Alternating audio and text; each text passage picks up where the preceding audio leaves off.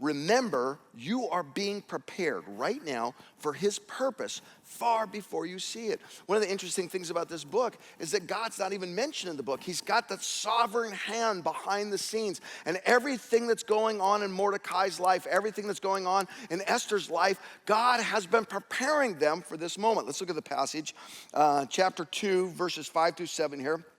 Now, there was in the citadel of Susa, that's the capital of Persia, a Jew of the tribe of Benjamin named Mordecai, son of Jair, the son of Shimi, the son of Kish. Okay, why is he telling us all that heritage? This is a man who's gone through a lot of trials. He's got a prestigious family that's been taken captive, destroyed, and yet they remember their heritage. That's what we're meant to get. Who had been carried off into exile from Jerusalem by Nebuchadnezzar, king of Babylon. We're meant to go back and remember how bad Nebuchadnezzar was, how bad Babylon was. We're meant to know that Mordecai survived and kept his heritage. That's what we're meant to know by that. Among those taken captive with, let's call him Jared because I can't pronounce that name, king of Judah, Mordecai had a cousin named Hadassah, who had been brought up because she had neither father nor mother. Okay, we learned that Mordecai went through very difficult times. Now we learn that Esther has gone through difficult times. She's lost her father and mother. This young woman was also known as Esther. She had a lovely figure and was beautiful. Mordecai had taken her as his own daughter. What do you read from that? The Jewish ear hears he was a man of honor. He did what was right. He took his relative in when she lost her parents, when her father and mother died.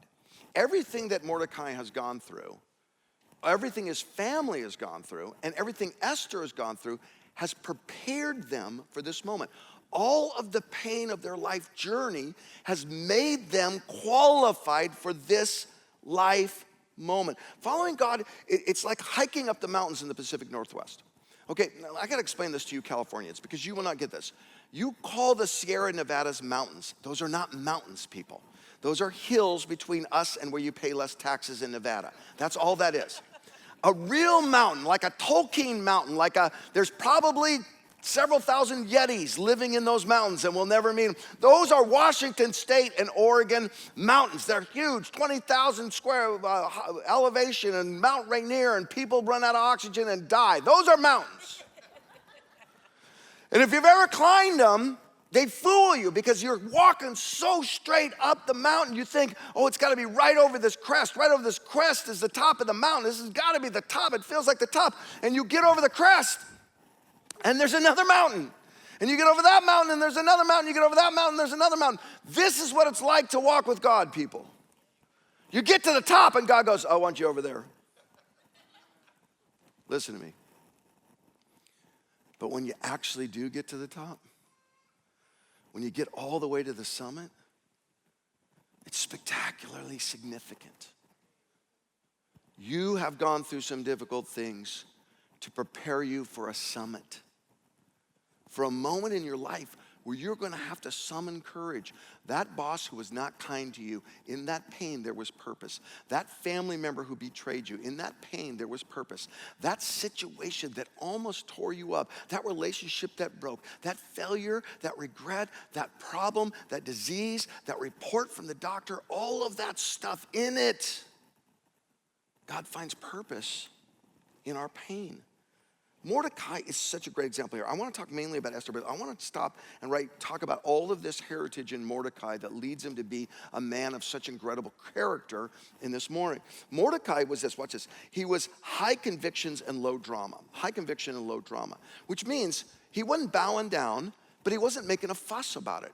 He was a high conviction person. He knew what he believed. He knew what the truth was. He wasn't going to compromise the truth, going to live by the truth, but he didn't need the spotlight. He didn't need to make a point. He didn't need to make a fuss. He didn't need to make a protest. He was going to live according to his convictions, but do it in a low drama way. At one point in the story you'll read, Mordecai actually saves the king, but he doesn't even let the king know that he saved him. The king has to find out later from someone else. He's a high conviction, low drama person. Now, there's three types of people, especially in our world right now. Some people are high conviction and high drama. They have a belief system, they have a value system. Their belief system might even be phenomenal. Their convictions and their goals might even be stellar, but they do their convictions with high drama. So they're breaking relationships, they're insulting people, they're creating hurt and damage wherever they go. High conviction, high drama equals low credibility.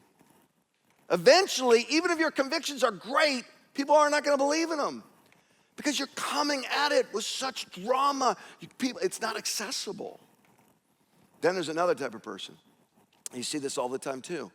Low convictions, I don't even really know what I'm talking about. I haven't even really decided what the truth is. I'm easily convinced, like the Bible says, I'm tossed and turned by every wind of whichever way it goes. And high drama. I'm just so confused and so frustrated, and so I don't have anything anchoring my life, and so I'm just coming at it with drama. And the problem with these people is that they ruin their stability, and they ruin the stability of everyone around them. And then there's a third type of person, high convictions, low drama. Or as the Bible says, I got truth, but I do it in love. My truth comes with love. What do you get if you're a high convictions, low drama person? You get credibility, stability, and you inspire more unity. Couldn't we use a little bit more credibility, stability, and unity in our world? Here's the key idea, and I gotta move on. Do you see the purpose in the problem? Write down your problems this week. What's bugging you? What keeps you awake at night? What are you worried about? And then each and every one say, God, show me what you're doing in me through this problem. Show me what you're preparing me. What is this mountain helping me find the endurance to get to the summit?